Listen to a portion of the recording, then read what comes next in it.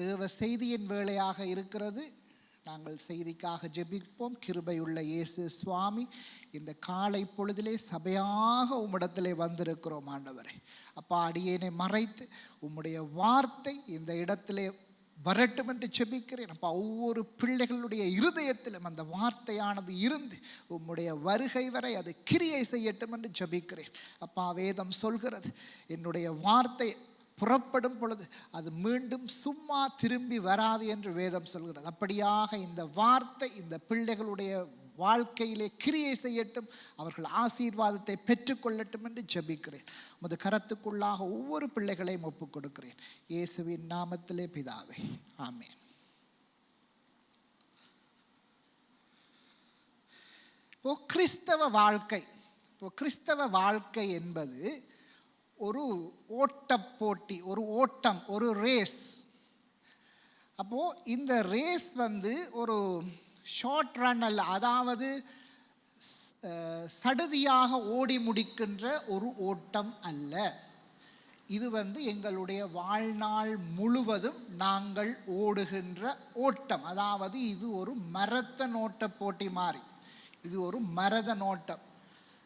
அப்போது இந்த கிறிஸ்தவ வாழ்க்கையிலே நாங்கள் ஓடுவது, சிலர் எப்படி ஓடுவார்கள் என்று சொன்னால், நன்றாக ஆரம்பிப்பார்கள், ஆரம்பம் நன்றாக இருக்கும், ஆனால் முடிவிலே அவர்கள் தவறி விடுவார்கள்.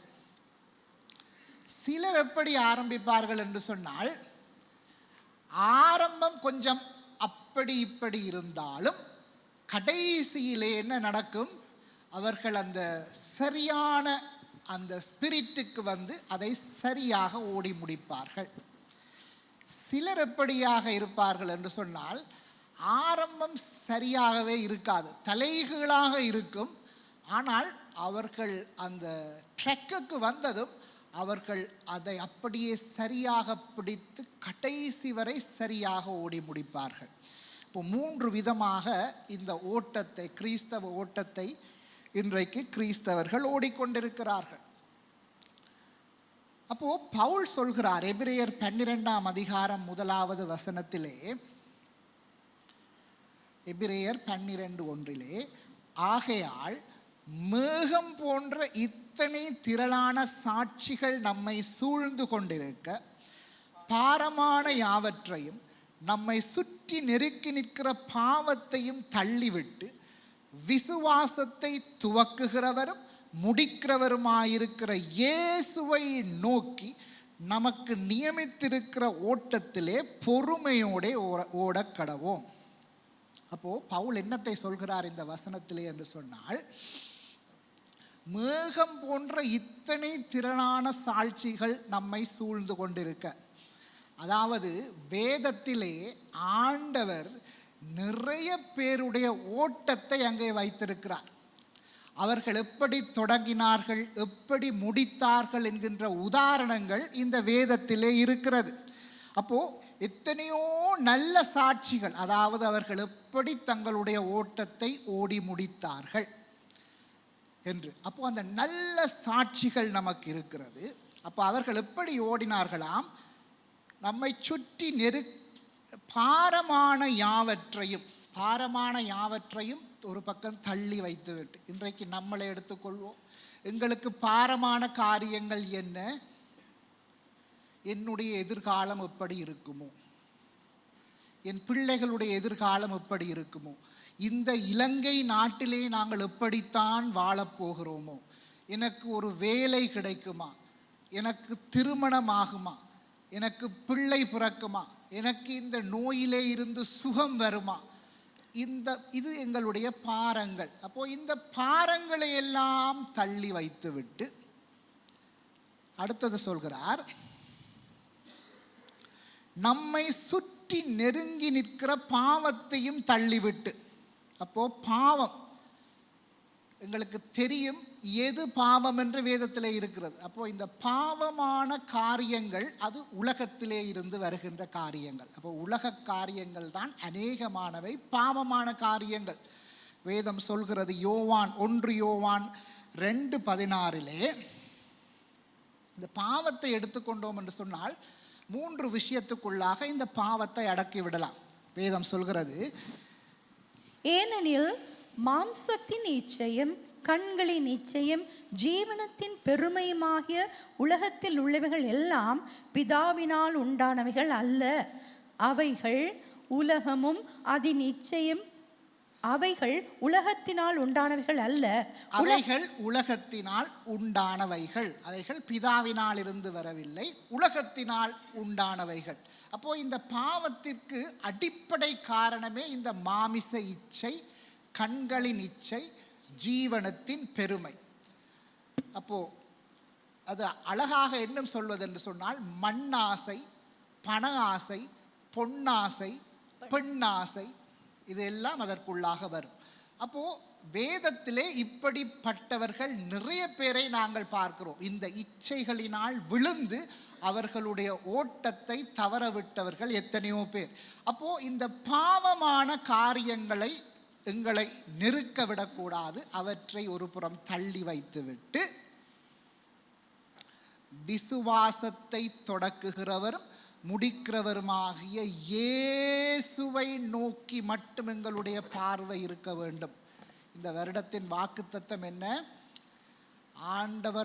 ஆண்டவராகிய இயேசுவை நோக்கி பார்த்து நாங்கள் ஓடுவோம் என்று சொன்னால், அதாவது எங்களுடைய விசுவாசம் முழுவதையும் அவரிலே வைத்து நாங்கள் ஓடுவோம் என்று சொன்னால், ஆண்டவருடைய மகிமையை நாங்கள் காண்போம் எங்களுடைய வாழ்க்கையில். அது மட்டுமல்ல, ஆண்டவருடைய மகிமையை எங்களை சூழ இருப்பவர்கள் எங்கள் வாழ்க்கையிலே பார்ப்பார்கள். ஆமென். அப்போ அதைத்தான் பவுல் சொல்கிறார், விசுவாசத்தை தொடக்குகிறவரும் முடிக்கிறவருமாகிய இயேசுவை நோக்கி நமக்கு நியமித்திருக்கிற ஓட்டத்திலே பொறுமையோடே ஓடக்கடவோம். அப்போ இந்த உலகத்திலே நாங்கள் வாழும்போது யாரை நோக்கி ஓட வேண்டும்? இயேசுவை நோக்கி ஓட வேண்டும். இயேசுவை நோக்கி ஓட வேண்டும் என்று சொன்னால் எங்கள் விசுவாசத்தை அவரிலே வைத்து நாங்கள் ஓட வேண்டும். அப்போ அவரிலே வைத்து நாங்கள் ஓடுவோம் என்று சொன்னால் எங்களுடைய ஓட்டத்தை நாங்கள் சரியாக ஓடி முடிப்போம். அப்படி சரியாக ஓடி முடித்தோம் என்று சொன்னால் பவுல் சொல்கிறார், 2 தீமோத்தேயு 4:7-8 நல்ல போராட்டத்தை போராடினேன், ஓட்டத்தை ஓடி முடித்தேன், விசுவாசத்தை காத்து கொண்டேன். இது முதல் நீதியின் கிரீடம் எனக்காக வைக்கப்பட்டிருக்கிறது. நீதியுள்ள நியாயாதிபதியாகிய கர்த்தர் அந்நாளிலே அதை எனக்கு தந்தருளுவார். எனக்கு மாத்திரமல்ல, அவர் பிரசன்னமாகுதலை விரும்பும் யாவருக்கும் அதை தந்தருளுவார் என்று சொல்கிறார். அப்போ நாங்களும் அப்படி எங்களுடைய ஓட்டத்தை சரியாக ஓடி முடிக்க வேண்டும் என்று சொன்னால் இயேசுவின் மீது விசுவாசத்தை வைத்து நாங்கள் ஓட வேண்டும். ஆனால் அநேக நேரங்களிலே நாங்கள் எப்படி இருக்கிறோம் என்று சொன்னால், அநேக நேரங்களிலே யோசித்து பாருங்கள், எங்களுடைய சொந்த வாழ்க்கை யோசித்து பாருங்கள். ஒரு வியாதிக்காக ஆண்டவரிடத்திலே ஜெபித்திருப்போம், அதே நேரம் போய் வைத்தியரிடம் மருந்தும் எடுத்திருப்போம். ஆண்டவர் பாவம் என்று வியாதியிலிருந்து சுகத்தை தருவார். ஆனால் அது ஆரம்பத்தில் அதை நாங்கள் ஏற்றுக்கொண்டாலும் பிறகு யோசித்து பார்க்கும்போது, ஓஹோ, அந்த மருந்து தான் என்னை சுகமாக்கியது, அல்ல அந்த வைத்தியர் தான் என்னை சுகமாக்கியது. அதுபோல ஒரு பிரச்சனையிலே இருந்து ஆண்டவர் விடுவித்திருப்பார். ஆனால் பிறகு யோசிக்கும் போது நாங்கள் மனுஷீகத்தில் யோசிப்போம், ஓ, நான் இதை இப்படி சரியாக செய்ததால் தான் நான் அந்த பிரச்சனையிலே இருந்து விடுபட்டேன் என்று சொல்லி நாங்கள் அந்த விசுவாசத்தை ஆண்டவரிலிருந்து எடுத்து விடுகிறோம் அநேக நேரங்களிலே. அப்படி அல்ல. சுகமாக்குதல் யாரால் வருவது? அது ஆண்டவர் தருவது. அவர்தான் யெகோவா ராஃபா என்று வேதம் சொல்கிறது. வைத்தியர்கள் மருந்து தரலாம், ஆனால் சுகம் தருவது யார்? ஆண்டவர். அப்போ இந்த ஓட்டத்தை சரியாக ஓடி முடிக்க வேண்டும். இப்போ முதலாவது உதாரணத்தை பார்ப்போம். வேதத்திலே இருந்து ஒருவரை காட்டுகிறேன். அவர் எப்படி அவருடைய ஓட்டத்தை தொடங்கினார், எப்படி முடித்தார் பார்ப்போம். ஆசா ராஜா. இந்த ஆசா ராஜா யார் என்று சொன்னால் சாலமன் ராஜாவினுடைய பூட்டப்பிள்ளை. எங்களுக்கு தெரியும், சாலமனுக்கு பிறகாக இஸ்ரவேல் 2ஆக பிரிகிறது. இஸ்ரவேல் ராஜ்யம், வடக்கு ராஜ்யம், தெற்கு ராஜ்யம், யூதா. அப்போ இந்த சாலமனின் பிள்ளைகள் எல்லாரும் அப்படி அந்த வம்சம் ஆள்வது யூதாவை. அப்போ ரெகோபெயாம் தான் சாலமனுடைய மகன். அவனுக்கு பிறகு அவனுடைய மகன் அபியா, அவனுடைய மகன் தான் இந்த ஆசா ராஜா. இந்த ஆசா ராஜா எப்படிப்பட்டவன் என்றால் வாசிப்போம். 2 நாளாகமம் 14ஆம் அதிகாரம் 2 தொடக்கம் 5. அவன் எப்படி தொடங்குகிறான் என்று பாருங்கள். ஆசா தன் தேவனாகிய கர்த்தரின் பார்வைக்கு நன்மையும் செம்மையானதை செய்தான். அப்ப அவன் முதலாவது என்ன செய்கிறானா? தன் தேவனாகிய கர்த்தரின் பார்வைக்கு நன்மையும் செம்மையுமானதை செய்தான். அப்போ இன்றைக்கு நாங்கள் ஆண்டவருடைய பார்வைக்கு நன்மையும் செம்மையுமானதை செய்கிறோமா? அதை நாங்கள் எங்களுக்கு போட்டு பார்ப்போம். ஆனால் ஆசா என்ன செய்தானாம்? ஆண்டவருடைய பார்வைக்கு நல்லதும் செம்மையுமானதை செய்தான். அதை எப்படி செய்கிறான் என்று பார்ப்போம். அந்நிய தேவர்களின் பலிபீடங்களையும் மேடைகளையும் அகற்றி சிலைகளை உடைத்து விக்கிரக தோப்புகளை வெட்டி தங்கள் பிதாக்களின் தேவனாகிய கர்த்தரை தேடவும் நியாய பிரமாணத்தின்படி கற்பனையும் படியும் செய்யவும் யூதாவுக்கு கற்பித்து யூதாவுடைய எல்லா பட்டணங்களிலும் இருந்து மேடைகளையும் விக்கிரகங்களையும் அகற்றினான். அவனுக்கு முன்பாக ராஜ்யம் அமெரிக்கையாயிருந்தது. அப்போ அவனுக்கு முன்பாக யூதா ராஜ்யம் அமெரிக்கையாக இருந்தது. ஏன் என்று சொன்னால் அவன் கர்த்தருடைய பார்வைக்கு நன்மையும் செம்மையுமானதை செய்தான். அந்நிய தேவர்களின் பலிபீடங்களை அகற்றினான். இன்றைக்கு எங்களுக்கு அந்நிய தேவர்களின் பலிபீடம் என்றால் என்ன? பலிபீடம் என்றால் என்ன? ஆண்டவருக்கு பலி செலுத்துகின்ற இடம். அப்போ பலிபீடம் எங்களுக்கு எங்கே இருக்கிறது? ஆண்டவர் எதை விரும்புகிறார்? தாவீது சொல்கிறான், சங்கீதம் 51:16-17 அதை வாசிங்க. ஆண்டவரே, நீர் பலியை விரும்பவில்லை, தகன பலியும் உமக்கு பிரியமானதல்ல. தேவனுக்கேற்கும் பலிகள் நொறுங்குண்ட இருதயம் தானே. நொறுங்குண்டதும் நறுங்குண்டதுமான இருதயத்தை நீர் நேசிக்கிறீர். அதாவது ஆண்டவருக்கு பிரியம் நொறுங்குண்ட இருதயம், அதாவது மனம் திரும்புதலுக்கு ஏற்ற இருதயம். அப்போ அந்த ஆண்டவருக்கு எதிராக நான் பாவம் செய்தேனே என்று சொல்லி அந்த மனம் திரும்புதலுக்கு ஏதுவான இருதயத்தை தான் ஆண்டவர் பலியாக ஏற்றுக்கொள்வார். இப்போ ஆண்டவர் தன்னையே பலியாக கொடுத்தது எங்கே? சிலுவையிலே. அப்போ சிலுவையிலே தான் மனம் திரும்புதல் இருக்கும். அதாவது சிலுவை தான் பலிபீடம் எங்களுக்கு. சிலுவை தான் விக்கிரகம் என்று சொல்லவில்லை. அந்த சிலுவை என்னத்தை குறிக்கிறது? மனம் திரும்புதலின் இடம். அப்போ பலிபீடத்திலே தான் மனம் திரும்புதல் நடக்கும். பலிபீடத்திலே தான் ஆண்டவர் எங்களோடு பேசுவார், ஆண்டவரை சந்திக்கின்ற இடம். பலிபீடத்திலே தான் ஆண்டவர் எங்களை மனம் திரும்ப செய்து எங்களோடு பேசுவார். அங்கே தான் துதி இருக்கும். அப்போது பலிபீடத்திலே தான் துதி இருக்கும். அப்போது எங்களுடைய துதி, அதான் மற்றவர்களை நாங்கள் வாழ்த்தும் போது சொல்லுவோம், உள்ளத்தின் ஆழத்திலிருந்து உங்களை வாழ்த்துகிறோம். அந்த உள்ளத்தின் ஆழம், அந்த இருதயத்திலே இருந்து அந்த துதி வர வேண்டும். அப்போது அந்த இருதயம் மனம் திரும்புதலுக்கு ஏதுவான இருதயமாக இருக்க வேண்டும். அப்போது எங்களுடைய இருதயம் எங்கே இருக்க வேண்டும்? ஆண்டவராகிய இயேசுவை நோக்கி இருக்க வேண்டும், சிலுவையை நோக்கி இருக்க வேண்டும். அப்போ எங்களுடைய இருதயம் எங்கேயோ அங்கேதான் நாங்கள் இருப்போம். அப்போ எங்களுக்கு இன்றைக்கு பலிபீடம் அந்நிய தேவர்களின் பலிபீடம் என்று சொன்னால், எங்களுடைய இருதயத்திலே பலிபீடம் எதுவா? அதாவது இன்றைக்கு சிலருக்கு பணம் தான் பெரிது. எங்களுடைய இருதயம் பணத்திலே இருக்கும் என்று சொன்னால், பணம் தான் எங்களுடைய விக்கிரகம், அதுதான் எங்களுடைய பலிபீடம்.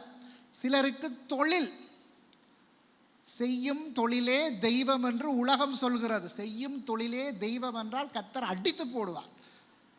எங்களுக்கு முதலாவது தேவன், அவர்தான் இந்த தொழிலை தந்தவர். செய்கின்ற தொழிலை நாங்கள் உண்மையாக செய்ய வேண்டும், அதில் எந்த விதமான மாற்றமும் அல்ல.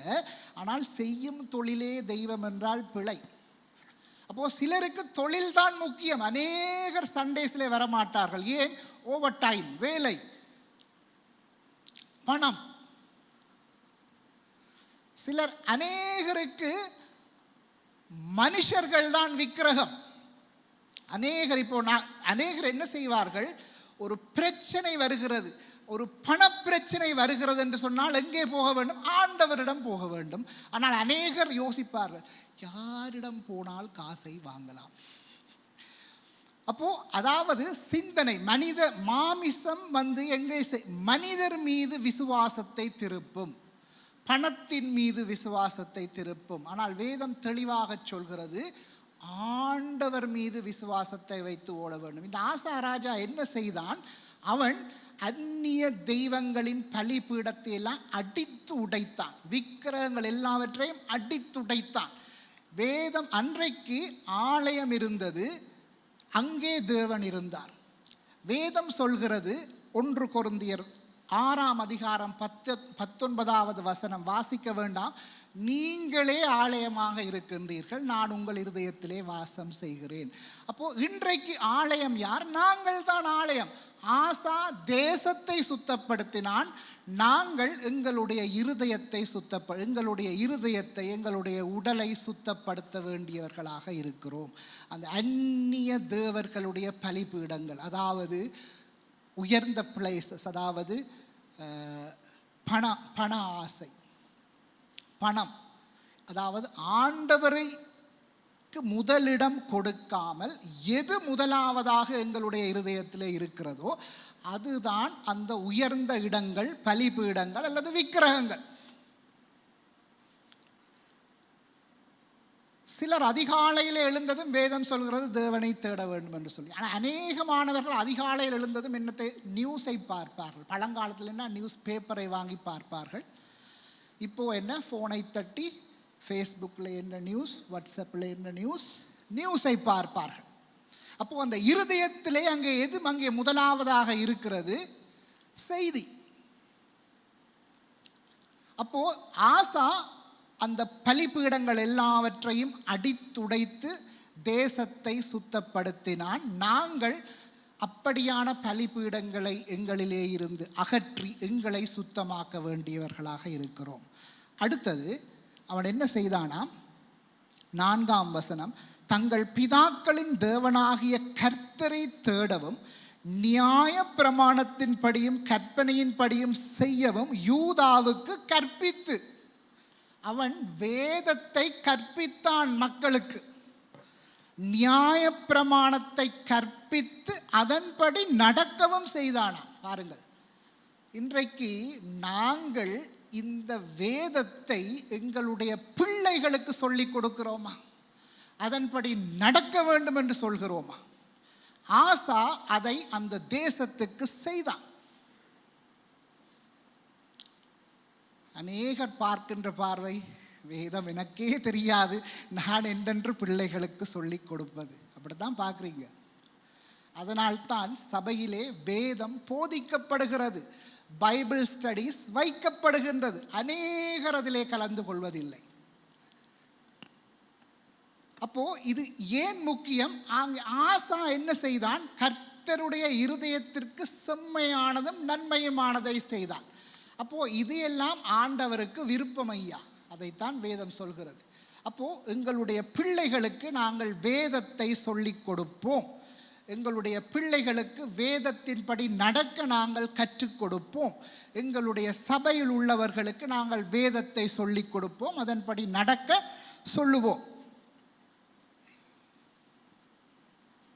அநேகருக்கு அவர்களுடைய தொழில், பதவி, அநேகர் அடிக்ஷன்ஸ், அவர்களுடைய அந்த பழக்கத்துக்கு அடிமையாக அதுதான் அவர்களுக்கு முதலாவதாக இருக்கும். அப்போது இப்படியான காரியங்கள் விக்கிரகங்களாக இருக்கிறது, பலிபீடங்களாக இருக்கிறது. அதை நாங்கள் எங்களிலே இருந்து அகற்ற வேண்டும். அப்போது ஆசா கர்த்தருடைய பார்வைக்கு நன்மையானதையும் செம்மையானதையும் செய்தான். அப்போது நாங்களும் அப்படி செய்ய வேண்டும். அப்படி அவன் செய்தபோது அவனுடைய ராஜ்யம் எப்படி இருந்ததாம்? அமெரிக்கையாக இருந்தது. அங்கே ஒரு அமைதி, சந்தோஷம், சமாதானம் இருந்தது. இப்போ இப்படி அவன் வாழ்ந்து வருகின்ற நாட்களிலே அவனுக்கு ஒரு பிரச்சனை வருகிறது. வாசிப்போம் 9வது வசனம். அவர்களுக்கு விரோதமாக எத்தியோப்பியனாகிய சேரா 10 லட்சம் பேர்கள் சேர்ந்த சேனையோடும் 300 ரதங்களோடும் புறப்பட்டு மரேசா மட்டும் வந்தான். அப்பொழுது ஆசா அவனுக்கு எதிராக புறப்பட்டான். மரேசாவுக்கு அடுத்த செப்பத்தா என்னும் பள்ளத்தாக்கில் யுத்தத்திற்கு அணிவகுத்து நின்றார்கள். அப்போ யூதாவுக்கு இப்போ யுத்தம் வருகிறது. ஆசாவை எதிர்த்து எத்தியோப்பிய ராஜா வருகிறான். பெரிய சேனை, 10 லட்சம் இராணுவ வீரர்கள், 300 ரதங்கள். இந்த யூதா தேசம் 2 கோத்திரங்களை மட்டும் கொண்ட தேசம். அதே 12 கோத்திரத்திலே 10 அங்காலே போய்விட்டது, இஸ்ரவேல் வடக்கு தேசத்துக்கு. அப்போ இவனுக்கு சிறிய படை. அவன் வேதம் சொல்கிறது 5 லட்சம் பேர் தான் இவனுடைய இராணுவ வீரர்கள் இருந்தார்கள். அப்போ அவன் 10 லட்சம் 300 குதிரை வீரர் ரதங்கள். இவனுக்கு இருந்ததோ 500 காலாள் படை மட்டுமே. அப்போ இந்த ஆசா என்ன செய்தான் என்றால், வாசிப்போம் 11வது வசனம். ஆசா தன் தேவனாகிய கர்த்தரை நோக்கி கூப்பிட்டு, கர்த்தாவே, பலனுள்ளவனுக்காகிலும் பலனற்றவனுக்காகிலும் உதவி செய்கிறது உமக்கு லேசான காரியம். எங்கள் தேவனாகிய கர்த்தாவே, எங்களுக்கு துணை நில்லும். உம்மை சார்ந்து உம்முடைய நாமத்தில் ஏராளமான இந்த கூட்டத்துக்கு எதிராக வந்தோம். கர்த்தாவே, நீர் எங்கள் தேவன், மனுஷன் உம்மை மேற்கொள்ள விடாதேயும் என்றான். அப்போ இவன் என்ன செய்தான்? கர்த்தாவே, பலம் உள்ளவனுக்காகிலும் பலனற்றவனுக்காகிலும் ஆண்டவரே கர்த்தர் தான் அடைக்கலம் என்று அங்கே கர்த்தரிடத்திலே போய் தஞ்சம் அடைந்தான். இவன் எங்கே போனான்? பிரச்சனை வந்தபோது ஆண்டவரிடத்திலே போனான். ஆண்டவரிடத்திலே போய் சொல்கிறான், ஆண்டவரே எனக்கு உதவி செய்யுங்கப்பா. ஏன்? என்னட்ட இருக்கிறது 5 லட்சம் பேர் தான். அவன் 10 லட்சம் பேரோடும் 300 ரதங்களோடும் பெரிய ஒரு படை வருகிறது. ஆண்டவரே எங்களுக்கு உதவி செய்யுங்கள் என்று ஆண்டவரை நோக்கி பார்த்தான். பெரிய வெற்றியை பெற்றான். வாசிங்க. அப்பொழுது கர்த்தர் அந்த எத்தியோப்பியரை ஆசாவுக்கும் யூதாவுக்கும் முன்பாக முறிய அடித்ததினால் போதும். அப்போ பெரிய வெற்றியை ஆண்டவர் கொடுத்தார். அவர்களுடைய ஆடு மாடு பொன் பொருள் எல்லாவற்றையும் இவர்கள் கொள்ளையடித்தார்கள். இந்த பொன் பொருளை கொண்டு போய் ஆலயத்திலே அவன் வைத்தான். பாருங்கள், ஆண்டவர் பெரிய ஒரு வெற்றியை கொடுத்தார். ஆண்டவர் அவ்வளவு பெரியவர். வேதம் சொல்கிறது எல்ஷடாய். எல்ஷடாய் என்றால் சர்வ வல்ல தேவன். அதாவது அவரால் கூடாத காரியம் ஒன்றுமே இல்லை. ஆனால் அநேக நேரத்தில் எங்களுக்கு அது புரிவதில்லை. அப்போ இந்த ஆசா பெரிய வெற்றியை பெற்றான். இப்போ இவன் பெரிய பணக்காரன் ஆகிவிட்டான். ஆண்டவர் அவ்வளவு ஆசீர்வதித்தார் இவனை. இப்போ 36 வருஷங்களுக்கு பிறகு இன்னொரு பிரச்சனை வருகிறது இவனுக்கு. இன்னொரு யுத்தம் வருகிறது. இவன் என்ன செய்தான் என்று பார்ப்போம். வாசிப்போம் 16ஆம் அதிகாரம் 1 தொடக்கம் 3. ஆசா அரசாண்ட 36ஆம் வருஷத்திலே இஸ்ரவேலின் ராஜாவாகிய பாஷா யூதாவுக்கு விரோதமாய் வந்து ஒருவரும் யூதாவின் ராஜாவாகிய ஆசாவினத்தில் போக்கும் வரத்துமாய் இராதபடிக்கு ராமாவை கட்டினான். போதும். இப்போ இஸ்ரவேலின் ராஜா, வடக்கு தேசத்து ராஜா என்ன செய்கிறான்? இப்போ எருசலேம் எங்கே இருக்கிறது? யூதாவிலே இருக்கிறது. அப்போ வடக்கு தேச ஜனங்கள் ஆலயத்திற்கு வந்து போவார்கள். அப்போ இந்த பாஷா என்ன செய்தான்? அந்த எல்லை நகரமாகிய ரமாவை அவன் அங்கே ஒரு மதிலை போட்டு கட்டுகிறான், அந்த ஜனங்கள் ஆலயத்துக்கு வருவதை தடுப்பதற்கு. அப்போ இந்த பாஷா எல்லையை போட்டு இவர்களுக்கு எதிராக வருகிறான். யாரு? வடக்கு தேசத்து ராஜா. அப்போ இந்த ஆசா என்ன செய்திருக்க வேண்டும்? ஆண்டவரிடத்திலே போயிருக்க வேண்டும். இவன் என்ன செய்கிறான் பாருங்கள், வாசிங்க. அப்பொழுது ஆசா கர்த்தருடைய ஆலயத்திலும் ராஜாவின் அரண்மனையிலும் உள்ள பொக்கிஷங்களில் உள்ள வெள்ளியும் பொன்னும் எடுத்து தமஸ்குவில் வாசம் பண்ணுகிற பென்னாதாத் என்னும் சீரியாவின் ராஜாவிடத்துக்கு அனுப்பி, எனக்கும் உமக்கும் என் தகப்பனுக்கும் உம்முடைய தகப்பனுக்கும் உடன்படிக்கை உண்டே. இதோ வெள்ளியும் பொன்னும் உமக்கு அனுப்பினேன். இஸ்ரவேலின் ராஜாவாகிய பாஷா என்னை விட்டு விலகி போகும்படிக்கு நீர் வந்து அவனோடு செய்த உடன்படிக்கையை தள்ளி போடும் என்று சொல்லி அனுப்பினான். அப்போ இவன் பாருங்கள், இப்போ ஒரு மனுஷனை நாடி போகின்றான் உதவிக்கு. ஏன்? இப்போ ஆண்டவர் இவனை ஆசீர்வதித்திருக்கிறார், பணம் இருக்கிறது. இவன் என்ன நினைக்கிறான்? அந்த பணத்தை கொடுத்து அந்த மனுஷனை இன்னொரு ராஜாவை கொண்டு வந்து அவர்களுக்கு எதிராக திருப்பி வென்று விடலாம். அதாவது ஆண்டவர் கொடுத்த ஆசீர்வாதத்தை பிடித்து கொள்கிறான். இன்றைக்கு அநேகர் நாங்களும் அப்படித்தான் இருக்கிறோம். என்ன, ஆண்டவர் பிள்ளை இல்லை என்றோடனே பிள்ளையை தருவார், பிறகு பிள்ளைதான் விக்கிரகமாகிவிடும். வேலை இல்லை என்றவுடன் ஆண்டவர் வேலையை தருவார், வேலைதான் பிறகு விக்கிரகமாகிவிடும். அநேகர் அப்படித்தான். இந்த ஆசாவும் அதே மாதிரி எங்களுக்கு பார்க்க விளங்குது எவ்வளவு முட்டாள்தனமான காரியத்தை இவன் செய்தான் என்று சொல்லி. அநேக நேரங்களிலே நாங்களும் அதைத்தான் செய்கிறோம். என்னுடைய கார் கதையை உங்களுக்கு சொல்லி இருக்கிறேன் தானே, எத்தனை பேருக்கு அது தெரியும்? அப்போது அதால் நான் எவ்வளவு நஷ்டப்பட்டேன் என்றெல்லாம் சொல்லியிருக்கேன். பணம் வந்தவுடன் நாங்கள் என்ன பணத்தை வைத்து இந்த பிரச்சனையை முடித்து விடலாம் என்று நினைத்து விடுவோம். ஆண்டவரை அநேக நேரங்களிலே மறந்து விடுவோம். நாங்கள் எப்போ ஆண்டவரிடம் வருவோம் தெரியுமா? ஒன்றுக்குமே வழி இல்லை என்றால் மட்டும்தான் ஆண்டவரிடம் வருவோம். ஆனால் ஆண்டவர் எப்படி நினைக்கிறார் என்று சொன்னால், நாங்கள் முதலாவது அவரிடம் வர வேண்டும், அப்படி மாற வேண்டும். ஏன்? இந்த ஆசை அப்படித்தான் முதல் இருந்தான். ஆனால் இப்பொழுது என்ன செய்கிறான்? அந்த பணத்தை வைத்து காரியத்தை ஆட்டலாம் என்று சொல்லி மனுஷன் மேல் விசுவாசத்தை வைத்து சிறிய ராஜாவுக்கு அங்கே தூதனுப்பி காரியத்தை, அந்த யுத்தத்தை அவன் வெற்றி கொள்கிறான். இப்போ ஆண்டவருக்கு இதை பார்த்தால் எப்படி இருக்கும்? அவருக்கு சரியான கவலை, சரியான கோபம். ஆண்டவர் என்ன செய்தார்? தீர்க்கதரிசியை அனுப்பினார். வாசிப்போம். 7:16-7:9. அக்காலத்திலே ஞான திருஷ்டிக்காரனாகிய அனானி யூதாவின் ராஜாவாகிய ஆசாவினிடத்தில் வந்து அவனை நோக்கி, நீர் உம்முடைய தேவனாகிய கர்த்தரை சார்ந்து கொள்ளாமல் சீரியாவின் ராஜாவை சார்ந்து கொண்டபடியினால் சீரியா ராஜாவின் இராணுவம் உமது கைக்கு தப்பி போயிற்று. மிகவும் ஏராளமான ரதங்களும் குதிரை வீரரும் உள்ள எத்தியோப்பியரும் லூபியரும் மகா சேனையா இருந்தார்கள் அல்லவா? நீர் கர்த்தரை சார்ந்து கொண்ட போதோவெனில் அவர்களை உமது கையில் ஒப்பு கொடுத்தாரே. தம்மை பற்றி உத்தம இருதயத்தோடு இருக்கிறவர்களுக்கு தம்முடைய வல்லமையை விளங்க பண்ணும்படி கர்த்தருடைய கண்கள் பூமி எங்கும் உலாவிக் கொண்டிருக்கிறது.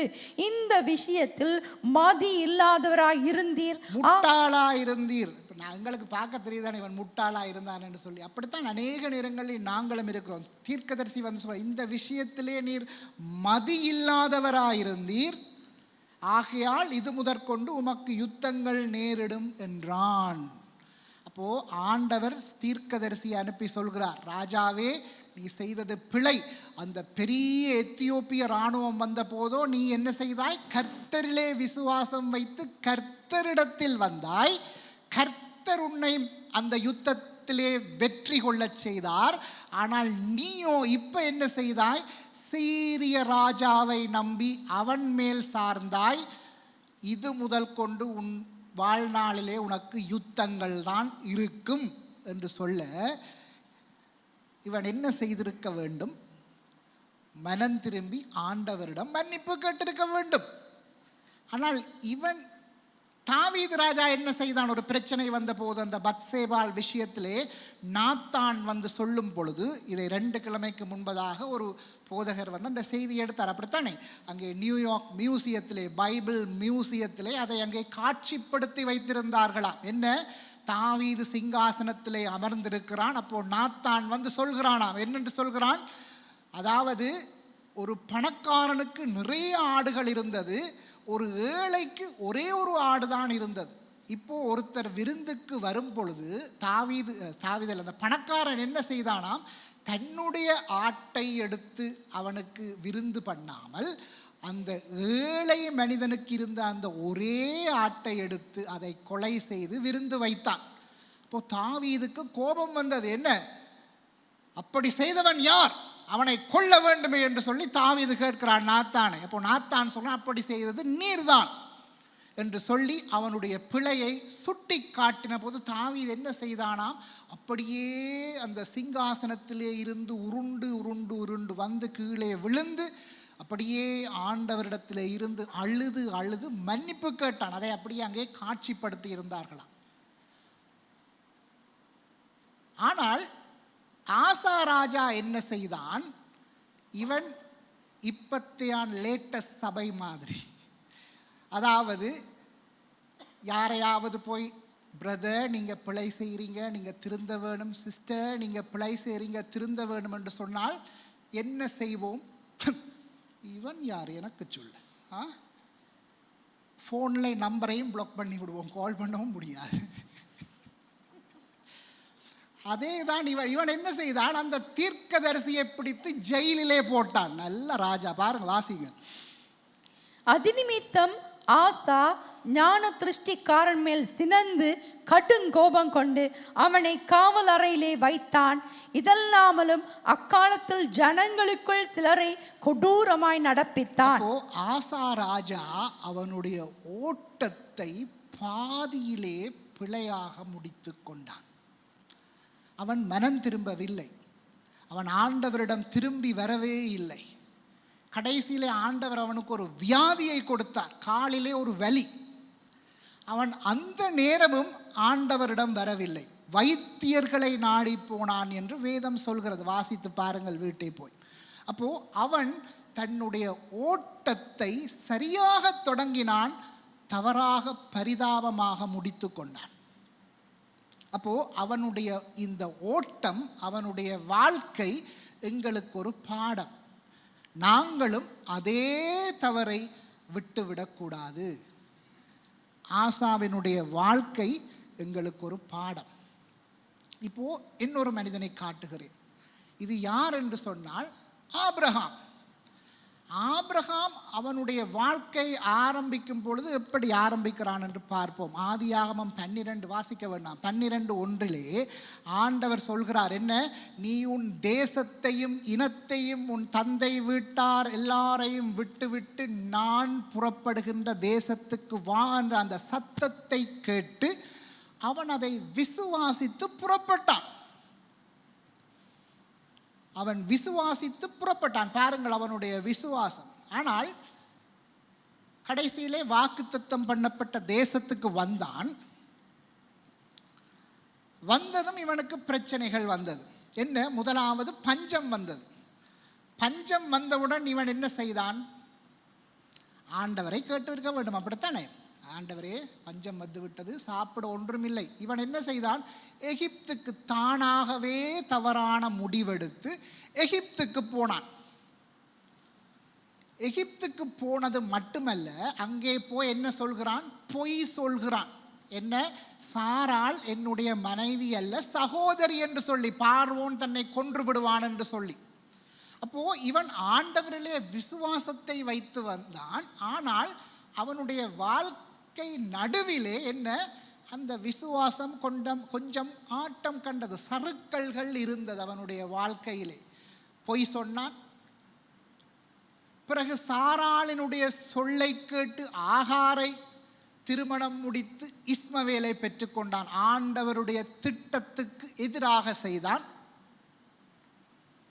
ஆனாலும் அவன் ஆண்டவரை விட்டு விடவில்லை. ஆண்டவர் என்ன செய்தார், இவன் ஆண்டவரை விட்டு விடவில்லை. ஆண்டவர் என்ன செய்தார், அவனோடு ஒரு என்கவுண்டர் செய்தார். அதுக்காகத்தான் என்கவுண்டர் ப்ரோக்ராம் எல்லாம் வைக்கிறோம். ஆண்டவர் உங்களுடைய வாழ்க்கையில் ஒரு என்கவுண்டர் செய்ய வேண்டும். ஆபிரகாமை ஆண்டவர் சந்தித்தார். 17ஆம் அதிகாரம் அவனுடைய வாழ்க்கையினுடைய திருப்பு முனை. அதாவது அவன் அந்த இடத்திலே மனம் திரும்புகிறான். ஏனென்றால் வாசிங்க 17:1, ஆபிராம் 99 வயதான போது கர்த்தர் ஆபிரகாமுக்கு தரிசனமாகி, நான் சர்வ வல்லமையுள்ள தேவன், நீ எனக்கு முன்பாக நடந்து கொண்டு உத்தமனாயிரு. போதும். அப்போ ஆண்டவர் சொல்கிறார், ஆபிரகாமை சந்திக்கிறார், சந்தித்து சொல்கிறார், நான் சர்வ வல்லமை உள்ள தேவன், எல் ஷடாய், அதாவது என்னால் கூடாத காரியம் ஒன்றுமில்லை. இதை ஆண்டவர் இவ்வளவு காலம் அவனுக்கு சொல்லவில்லை. 99 வயதிலே தான் ஆண்டவர் அவனை சந்தித்து இந்த விஷயத்தை சொல்கிறார். நீ இன்றிலிருந்து எனக்கு முன்பாக உத்தமனாயிரு. அதாவது என்ன கருத்து? என்னுடைய சொல்லை கேட்டு வந்தாய், இவ்வளவு நாளும் நீ உத்தமனாக இருக்கவில்லை. நீ என்ன செய்தாய்? ஒரு பிரச்சனை வந்த பொழுது, பஞ்சம் வந்த பொழுது நீ என்ன செய்தாய்? நீயாகவே முடிவெடுத்து எகிப்துக்கு போனாய். அங்கே போய் என்னுடைய கட்டளைகள் என்ன? பொய் சொல்லக்கூடாது. நீ என்ன செய்தாய்? அங்கே போனதும் பொய் சொன்னாய். அது மட்டுமா? நான் உனக்கு ஒரு சந்ததியை தருவேன் என்று சொல்ல நீ என்ன செய்தாய்? சாராளினுடைய சொல்லை கேட்டு நீ ஆகாரை மணந்தாய். இப்போ நீ உத்தமனாய் இருக்கவில்லை. ஆனால் இன்றிலிருந்து நீ எனக்கு முன்பதாக உத்தமனாயிரு சொல்கிறார். என்னால் கூடாத காரியம் ஒன்றுமில்லை. அவர் சொல், நான் எல் ஷடாய், என்னால் கூடாத காரியம் ஒன்றுமில்லை என்று சொல்லி அவனுடைய பெயரையும் மாற்றுகிறார். ஆபிராம் என்ற பெயரை ஆபிரகாம் என்று மாற்றுகிறார். இது எங்களுக்கு நாங்கள் ஞான ஸ்நானம் எடுப்பதற்கு அடையாளம். நாங்களும் பெயரை மாற்றுகிறோம் தானே. அது ஏன் மாற்றுகிறோம் என்று சொன்னால், இன்றிலிருந்து நான் ஆண்டவருக்கு முன்பாக உத்தமனாக இருப்பேன்.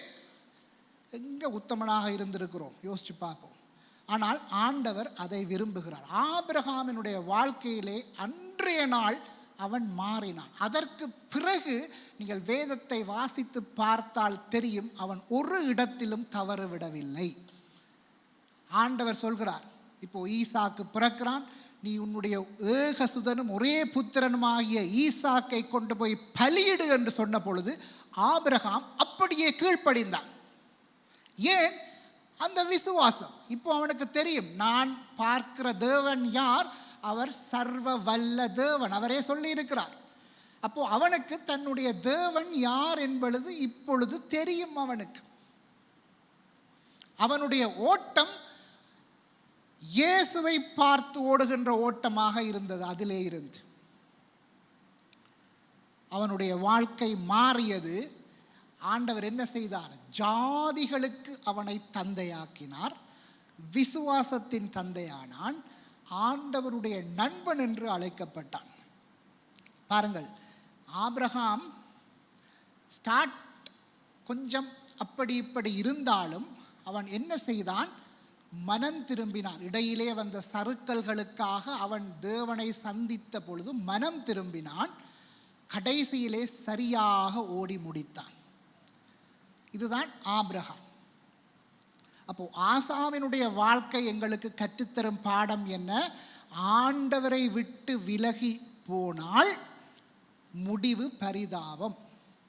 ஆனால் ஆண்டவருக்கு கீழ்ப்படிந்து அவருக்கு முன்பாக உத்தமனாக இருந்த, அதாவது அவரையே நோக்கி பார்த்து விசுவாசத்தை முழுவதும் அவர் பேரிலே வைத்து ஓடினால் வாழ்க்கை வெற்றி.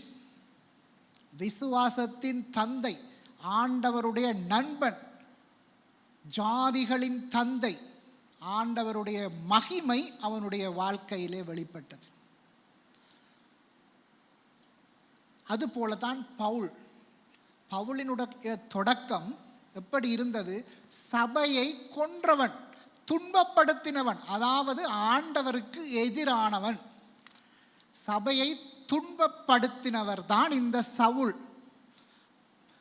இந்த சவுலை ஆண்டவர் சந்தித்தார். தமஸ்கு வீதியிலே அவன் தமஸ்கு பட்டணத்திலே இருக்கிற சபையாரை துன்புறுத்த வெளிக்கிட்டு போகும் பொழுது வழியிலே இயேசு கிறிஸ்து அவனை சந்தித்தார். அந்த சவுல் என்கிற மனிதனை சந்தித்து அவனை பவுலாக்கினார். பாருங்கள், அந்த என்கவுண்டர் சவுலினுடைய வாழ்க்கையை அப்படியே பிரட்டி போட்டது. அவன் பவுலானான். ஆண்டவரே, நீர் யார் என்று கேட்கும் பொழுது என்னை துன்பப்படுத்துகின்ற இயேசு நான் தான் என்று சொல்ல சவுல் அன்றைக்கு மாறினான். அவனுடைய ஓட்டம் இந்த வேதத்திலே இருக்கின்ற புதிய ஏற்பாட்டிலே இருக்கின்ற 75% காரியங்களை எழுதியது, அந்த நிருபங்களை எழுதியது எல்லாம் பவுல் தான். இந்த புதிய ஏற்பாட்டிலே அநேக விஷயங்களை எங்களுக்கு எழுதி தந்திருப்பது அந்த பவுல் தான். அப்போது அவனுடைய முடிவு எப்படி இருந்தது? தொடக்கம் சரியே இல்லை, ஆனால் முடிவு எப்படி இருந்தது? அதான் அவன் சொல்கிறான், என்ன? நல்ல போராட்டத்தை போராடினேன், ஓட்டத்தை ஓடி முடித்தேன், விசுவாசத்தை காத்து கொண்டேன். எனக்கு ஆண்டவர் என்னத்தை தரப்போகிறார்? அந்த ஜீவ கிரீடத்தை தரப்போகிறார். அப்போது இன்றைக்கு நாங்களும் எங்களுடைய நம்பிக்கையை யார் மீது வைக்க வேண்டும்? ஆண்டவராகிய இயேசு மீது வைத்து நாங்கள் ஓடுவோம் என்று சொன்னால், அவரையே பார்த்து கொண்டு நாங்கள் ஓடுவோம் என்று சொன்னால், ஆண்டவருடைய மகிமையை நாங்கள் காண்போம். அதுதான் இந்த ஆண்டுக்குரிய வாக்குத்தத்தம். அதைத்தான் நியூ இயர் என்று கேட்டோம். அப்போது அதை நாங்கள் எங்களுடைய வாழ்க்கையிலே காணலாம்.